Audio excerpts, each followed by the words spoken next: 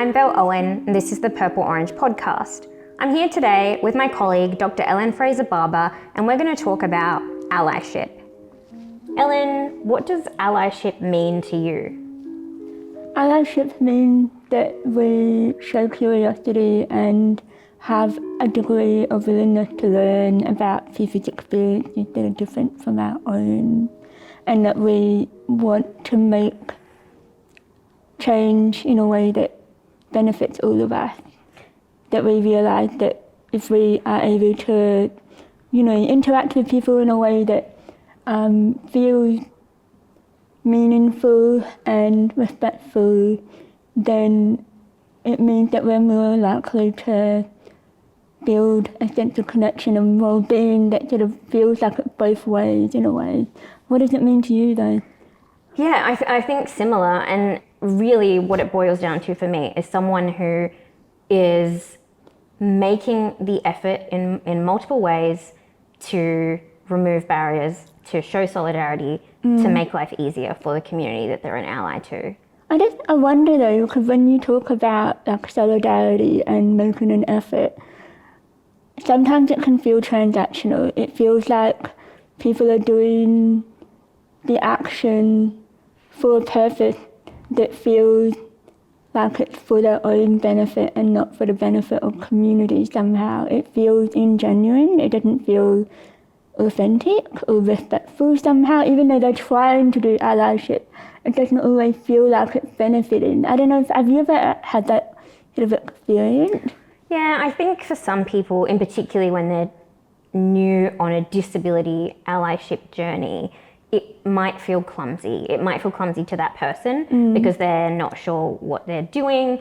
It might feel clumsy to me because I'm on the receiving end, or like I'm experiencing, someone who's sort of with the best intentions trying to help, but not always with the best impact. And I also think that, sometimes people's motivations are different. People's understanding of what's helpful is different. And so I think true allyship actually comes from a place of listening and learning before acting. Yeah, that's a good way of thinking about it. I feel like for both of us as women with lifelong experiences of disability, we have probably had experiences of allyship in so many facets of our life, from our education, maybe health settings, employment, in our personal lives, romantic lives. Is there any instances that stand out to you in a positive way that have made a really good impact on you? Yeah, I think for me, the times when I've felt most supported and respected and genuinely understood has been around people where they don't laden their projected ideas of disability onto me. So for example, they don't go, "Oh, you've got a hearing impairment. Oh, I'm so sorry to hear that. That must be so hard for you." And they're trying to show empathy in that moment. They're trying to sort of empathize, but it has the opposite effect. But then the people who I've felt really drawn to, who are really respectful, who are really supportive, don't do that.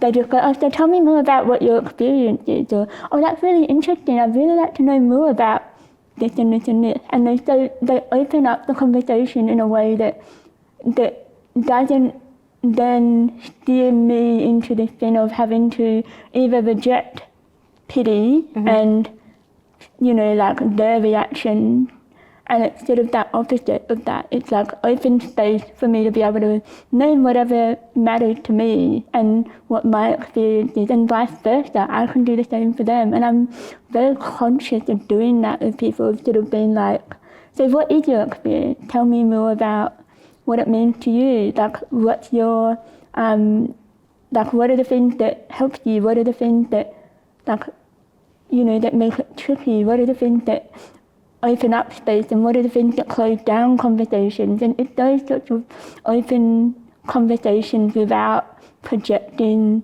my emotions into it. I feel like that really helped me. Yeah. I'm not sure though, everyone's different. Some people really value that kind of emotional response. But I find it really challenging to manage those. What about you? It's such a, it's also such a nuanced discussion, because I think that there is room to talk about the ways in which the experience of disability is hard. And there's room Definitely. to talk about, barriers in our experience of Absolutely. them. But when somebody says, that must be, or, they're making that assumption about how it is, that's not from a listening place. So Exactly. it does, you're right, it closes down the conversation. That isn't to say that we want people to be like, oh, well, you mustn't have any problems, see ya, you know what I mean? Exactly. We don't want you to be like, disability, positive experience. Yeah, it's not toxic allyship. Positivity. Yeah, we don't want, it is about acknowledging the barriers, the ways that it's hard. That's what allyship is. Yeah. But it's in a way where you are really aware of how you're empowering that other person, how you're making that person feel. Yeah. And so, when people, as you mentioned, like some people might be seeking that emotional response. Yeah. But if you have more of a conversation about how does it make you feel, or what is that experience like? Yeah. Then you can gauge, is that person looking for that emotional response? Yeah. Are they looking for a problem to be solved? Yeah. Are they looking for curiosity? So I think. And that all starts with curiosity, right? If you're able to lean into that person's internal world and experience and find out what matters to them, what's meaningful to them, then that opens up the conversation and you can sort of follow the lead. Yeah. And I guess that, to me, is what allyship is. It's sort of based on that thing of you're a safe person, you're not projecting your assumptions into it. You're holding back your ideas, your preconceived ideas, and you're just sort of finding out what is this person's world. Yeah. And then from there, you can move the conversation forward. You can find, like, what are the things that are meaningful to you? What are the things that derail you? What are the things that really matter? What are the things that we can do to change in a way that's going to be beneficial so that it is an equal world? It feels like a world where we are respected, where we have meaning, where we have a sense of place and a sense of belonging, right? Yeah, anyway, what are your... Sorry, I'm on my tangent. No, please, that's the whole point. You should tangent away. What are your thoughts on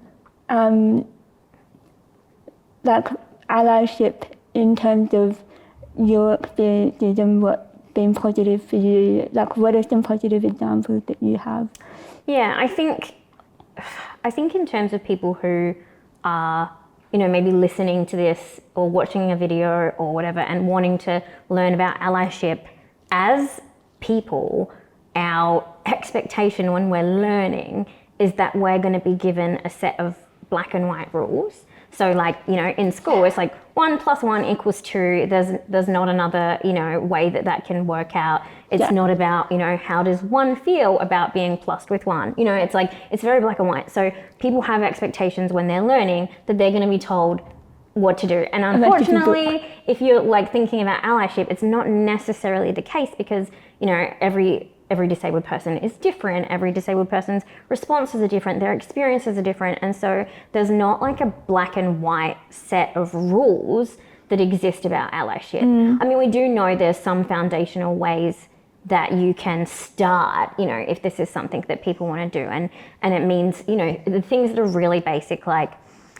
if you have a favorite local coffee shop and you go there and you notice that they have a step, you can always sort of say, hey, if you had a ramp, it would be so much easier for everyone to access this. Or, if there's a hearing loop somewhere, asking, is it working? Who knows how to use it? Like those little things where people can engage in sort of disability allyship on a foundational level for the broader community. Yeah. Like that's not an individual instance of allyship. And so I think, yes, there's ways that we can sort of talk about, that ways that people who haven't engaged in disability allyship can start to. But I think in terms of the really individual experience, it does become more nuanced, and it does rely on responding to the person and listening. So like for me, that's one example that kind of comes to mind is when I lived overseas in Toronto, I was using dating apps and I was meeting up with someone to go on a date. We had met before. He knew I used a wheelchair. He knew that I could walk a little bit, so he was going to drive us on this date. And he'd asked me a few questions about like going, like to see the show and sort of talked me through a bit about what would happen. But then it wasn't until he showed up to pick me up that I realized, well, he told me he had gone out to buy a little steppy stool so that I could he had a tall car, so that I could get into the car. Yeah. And then as soon as he got it out, he was like, okay, like, do you need a hand? What's helpful? You know, and then when we were in the car, he was like, so I rang ahead to the venue. I made sure we could park somewhere. I made sure they had access. I made sure to find out they had an accessible toilet. Like, all of these things that I would have had to consider, but he had taken care of that stuff. He offered me the information. It made me feel so comfortable in myself, in the experience. But he still did that all with the knowledge that he had, that I used a wheelchair, that I couldn't walk far, all these things, but still didn't make the assumptions, because he wasn't like, here's the step stool, now I'm going to hold your hand or lift you or, you know, whatever. He was like, okay, here's this tool that I've, you know, brought into the situation because I know there's a barrier, but like how, you know, then how does he's asking the questions about how he can help in the meantime, and then, you know, what I might need once we get to, you know, the place we were going and coming home and all of that kind of stuff. And I had experienced allyship in other ways before, in friendships and things like over, you know, but that really struck me, I think, because, I mean, in particular, the dating world is particularly tricky. Yeah, it is challenging. So, you know, that actually changed the standards for what I would expect from another person. Yeah. Like, that person and I remained friends. It wasn't like it didn't go on to be a thing. But it really did shift my idea of what interacting with other people could be like, what people were capable of, what, you know, what burdens they can take on themselves in terms of finding, you know, information about access and all of that kind of stuff. Do you mind if I ask you a follow-up question? Yeah, no, go ahead. It's probably going a bit off script though. Okay, so with that experience, that's a really, really beautiful experience of allyship. Because like I know from my experience in like dating or even just meeting new friends, sometimes there's a level of insecurity for me about access needs and negotiating access needs and having to sort of communicate what my needs are. I'm just wondering, with that experience, it sounds like he made you feel really comfortable. What was it about that experience where like it didn't trigger that level of insecurity in the same way that it might with other people when they're coming up to you and they're like offering you these solutions and they're like, you know, trying their best to sort of fix everything, but it can often feel really uncomfortable, right? Like, yeah, I know what you mean. I think there's no sense of urgency. So it's not like, we've got to fix this now, or we've got to pretend this problem doesn't exist, or this barrier doesn't exist. So it's the acknowledging of the barrier, whatever it happened to be, whether it's, you know, can I get into the club we're going to or whatever. Yeah. It's acknowledging that stuff without it feeling fussy, or, you know, the way that it's communicated is like, this is the information I've got about it. You know, like, it was very casual. Like, it was casually communicated. It was casually responded to, but in a way that wasn't dismissive, like not casual, like, who cares? He obviously cared because he made the phone calls. He did, you know, put that effort in place. So, I think like the difference between that kind of situation and where someone might be like, I didn't know if you could use a bathroom there. I'm not sure what, you know, and because then you're responding to their emotional reactions there, and then you need to be like, it's okay, don't worry, you know, and then reassuring them. But when someone feels comfortable in the conversation of figuring things out with you, then you don't feel like if something goes wrong, you're responsible for the way they feel, because they're not feeling any kind of way. Because I have often felt sometimes like people are so keen to help, to fix things, to make things accessible, to you know, try and step in with solutions, and they want to be the best advocate possible, and they want to be the best ally they can possibly be. But sometimes I can not often, but sometimes I can feel like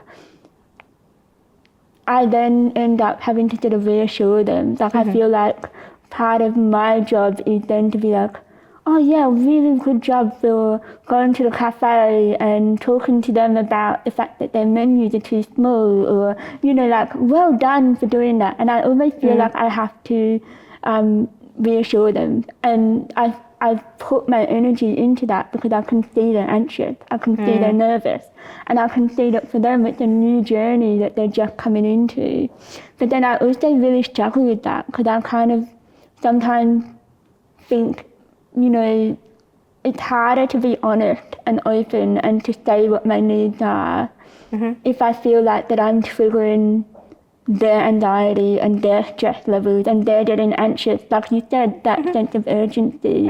It's urgency, but then from my experience, there's also this thing of sometimes people feel like it's their identity, and if they are being criticized in any way, then it makes them really anxious. Yeah. And so like I'm constantly feeling like, okay, I don't want to criticize, but I also need to communicate what my needs are, and I need to be able to talk about what's honest in our community. What is it, like what are some of our experiences? And sometimes that will trigger people, right? Yes. And so sometimes get this thing of like trying to balance communication and good communication and also reassuring people and being safe and not like making people uncomfortable in some way. You know, I can relate to that, and I think like part of it is that, like, so my experience of being an ally to a community that I'm not part of, I can relate to a feeling of really wanting to get it right, like being really passionate about getting it right and being nervous to get it wrong, like, and like, yeah, and so I think it's natural that might happen, but it's about realizing that you're not the main character in that story. Yeah. Like you have to decenter yourself. So like the way that I feel if I get it wrong isn't how everyone else feels. Yeah. You know, and so I can't wallow in that. I can't make that somebody else's problem that I'm feeling. Exactly. You know, and it's kind of realizing that it's not criticism. Everybody makes mistakes, everybody. Yeah. Like inside disability community, outside, other communities, inside, outside the community. People are learning and we give them the grace to learn. Yeah, exactly. You know, you're not the kind of person, I mean, I know you, we know each other pretty well, and I know that you're not the kind of person who would scold someone for getting something wrong.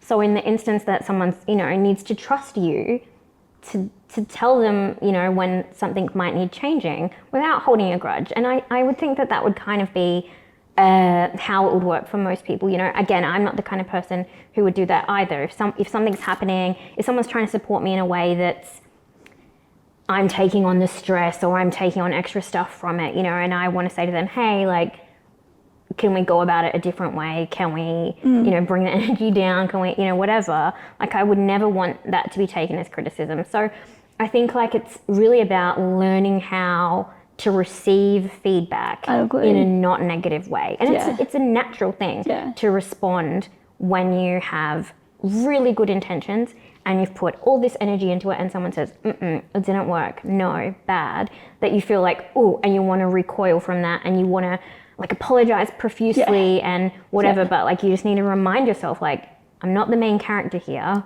It's a learning thing for me. I'm not going to do it again. I'm going to course correct.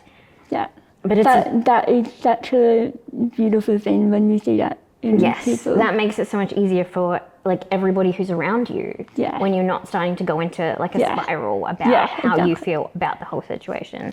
So it's not the easiest thing to do, but it's something that we need to practice. Definitely. It takes a lot of practice to be certain of the fact that you will make mistakes, right? You will often do things wrong or say things, you know, in a way that other people misunderstand or whatever it is. Like there's always going to be things that we don't get right. And I feel like part of what makes it work is when people just say, yep, okay, that is something that I'll learn from, and moving forward, I'll do it differently next time, without them feeling like that it means they're a bad person or that they've done something really terrible, that everyone's judging them. Like, there's a lot of that fear, I think, of being judged, of feeling like that people are criticizing them, that they won't like them anymore because of the fact that they've made a mistake. Whereas it's not that black and white. Often it's much more beneficial if we just think about it as a learning journey. Yes, and a conversation. Like it goes both ways. Multiple conversations. An ongoing, forever conversation, yeah. Yeah. I think as well, something that is maybe different about sort of demonstrating allyship and the results of allyship is that often the results or the outcome of successful allyship can be invisible. So like you might put all this work in and this effort in to remove a barrier, change an attitude, but there's not necessarily something that you see at the end of it. So like, for example, like just to put this into context, a job that I had been in, when I would go into the office, there was like not an accessible setup at a desk for me to go into. And it was a hot desking situation. So, you know, I didn't have my own individual desk. It's like you book a desk, you go in there. And so when I would go in there, I would have to stack things on the desk to get things to the right height and, you know, like look for a plug that I could actually reach because I can't, you know, get down on the floor to plug things in. There's all these little barriers for me being able to just go in and do my job.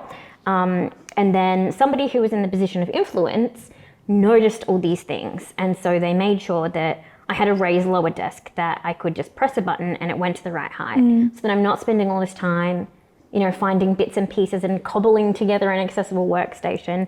And they made sure that the power was reachable easily on the desk. And all these little things that person did, and that took effort on their behalf.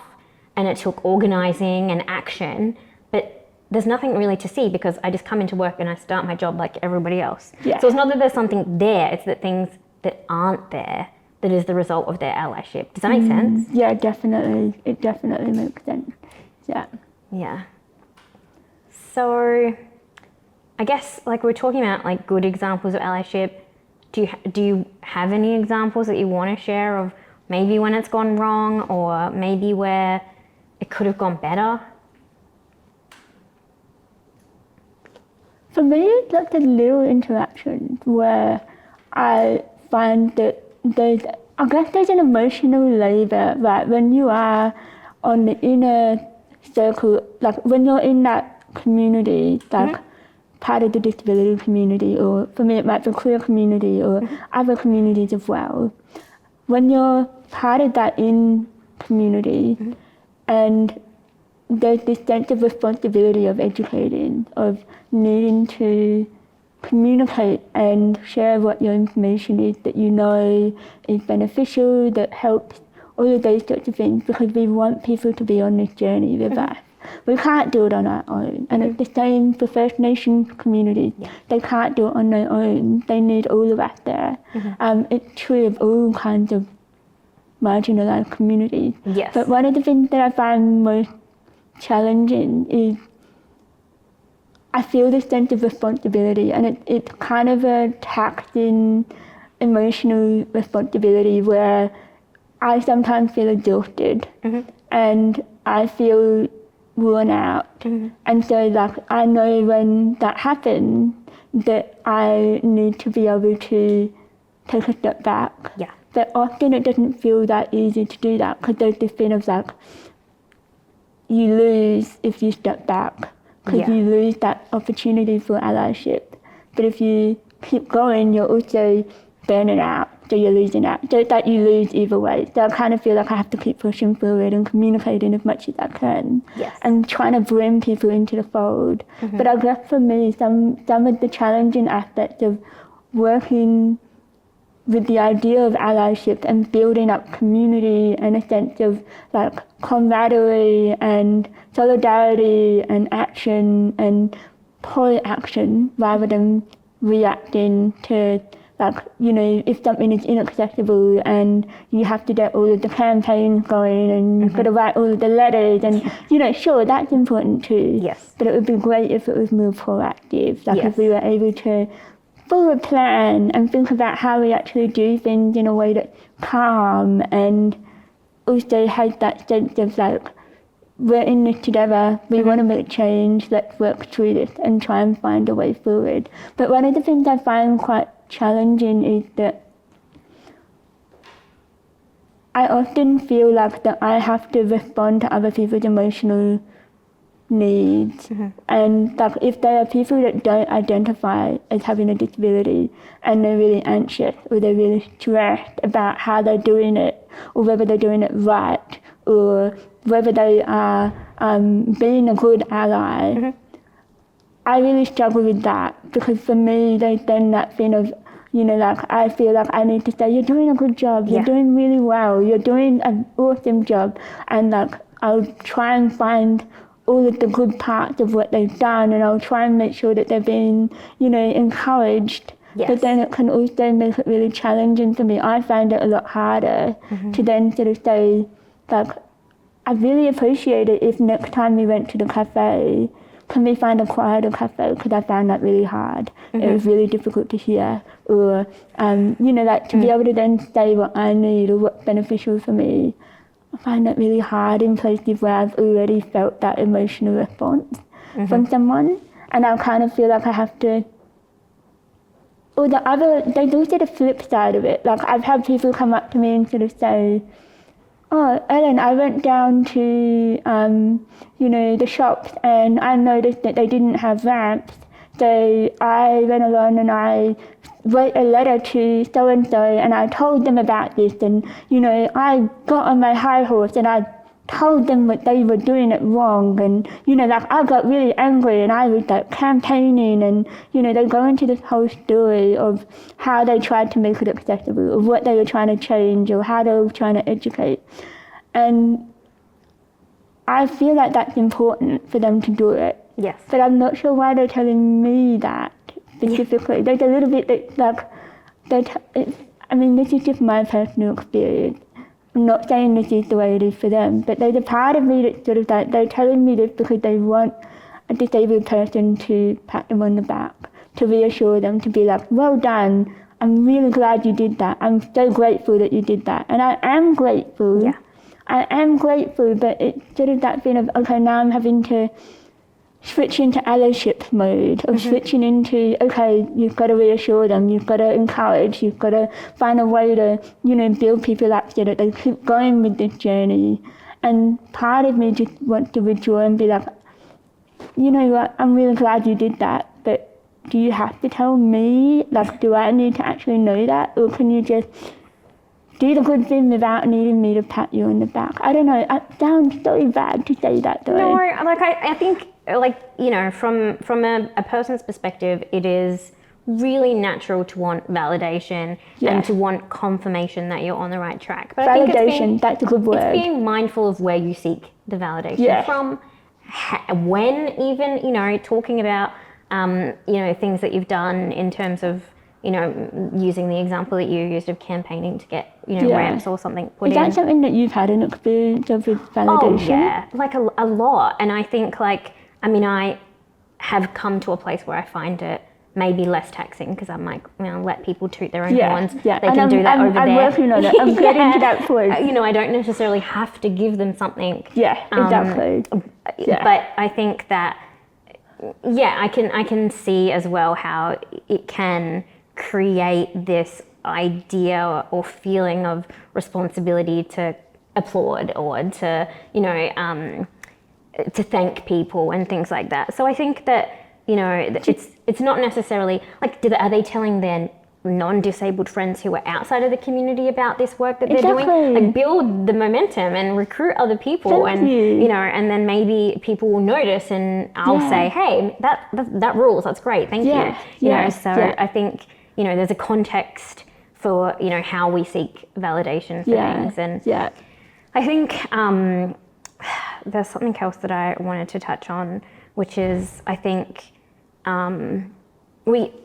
allyship is talked about more and more, and in regards to many communities, so not just the disability community, like we're talking today about disability, but sometimes there's this like idea of you know, this allyship as a title that you achieve. So it's like either like, oh, I'm supportive of disability rights, I'm an ally, or like I did that one campaign about ramps, Yeah. I'm an ally. Yeah. And I think that in order to continue to call ourselves an ally to any community, we have to constantly be engaged with issues Definitely. and responding to them as they arise in appropriate ways. But, you know, you can't really say, like, I did that one thing, and it's not like a PhD where you do the thing, you get the title, you have earned the title forever. Yeah. You know, I think it's always in motion, it's fluid, Yeah. it's something that can wax Yeah. and wane. You might not have the It'll always be. time or the resources to be engaged in active allyship in a really powerful way all of the time, but it also just doesn't, it's not a passive thing where you go, oh yeah, I did it, and so I am that thing. Yeah, You know? yeah. Do you think there's a difference between like allyship in terms of campaigning, being out on the streets with all of the signs and, you know, that sort of proactive kind of action where it's quite visible, but there must be a lot of invisible kinds of allyship where you don't necessarily see people acting, Yeah. but it's still allyship. Can you think of any examples? Yeah, I think so. I think in any situation where we're looking to create change, the best option is to have people show up in their skills and not so far out of their comfort zone. Like, obviously we need to be a little bit uncomfortable because we're learning and all of that. Yeah. But but everybody has something different to bring to the table. So there is going to be people who are out making signs and being really visible and, you know, that sort of loud advocacy, activist type of, you know, change making. But there is room for and need for people to do every kind. And so, you know, there's not a checklist of every, you know, you need to do every single kind of action, or, you know, you need to demonstrate this type of allyship, this type of allyship. But I think you need to work within the spheres that you have.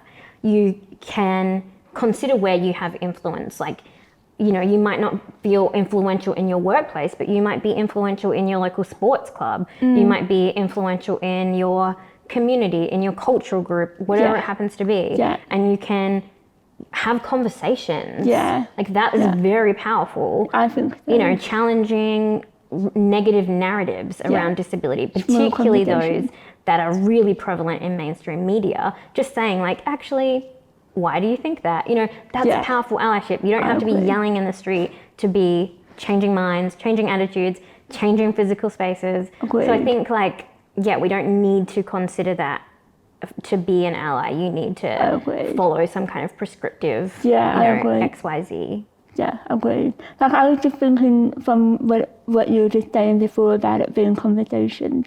Like, I was thinking about all of my friends that have young children and how one of the most powerful things I have seen is when a child might say something like, I have this example where one of my friends, this was a couple of years ago, but one of my friend's kids, who was about 6 at the time, went and got his teddy, and he brought his teddy up and he goes, look, Teddy has one eye just like you.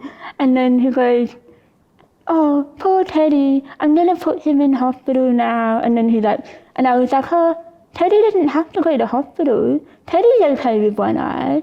And then his mum joined in and she's like, yeah, Teddy's okay. Teddy's fine with just one eye. That's okay.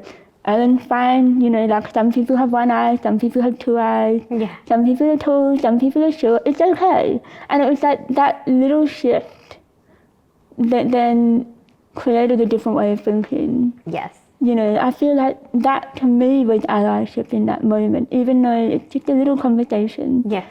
But that changed the way that he thought about it. And there was no sense of urgency about, oh my gosh, I need to stop this conversation so Ellen doesn't get upset. Or it's like allowing you to responding, you know, to the situation as it unfolds in a really calm and measured way that reinforces a positive narrative around disability. Yeah. Ellen, do you have any key takeaways from today's conversation? Yeah, I think for me, the main word is curiosity. It's about showing curiosity for other people's experiences as separate from your own, and just leaning into that, finding out more about that. What about you? What would your key takeaway be? I think my key takeaway is for people to find confidence in their allyship, so that they're feeling like they can, get the validation that they want and be making the impact that they want to have without it negatively impacting other people. So I think confidence for me is what I would hope people to sort of take away and start building on their confidence to be an ally. I like it. I like it a lot. Ellen, I always love talking with you on camera, off camera, about anything and everything. I'm joined today by my brilliant colleague, Dr. Ellen Fraser-Barbour, on the Purple Orange podcast, and I'm Belle Owen. What are you up to for the rest of the day? The Purple Orange podcast. Get in touch 0883738388. Stories at purpleorange.org.au. www.purpleorange.org.au.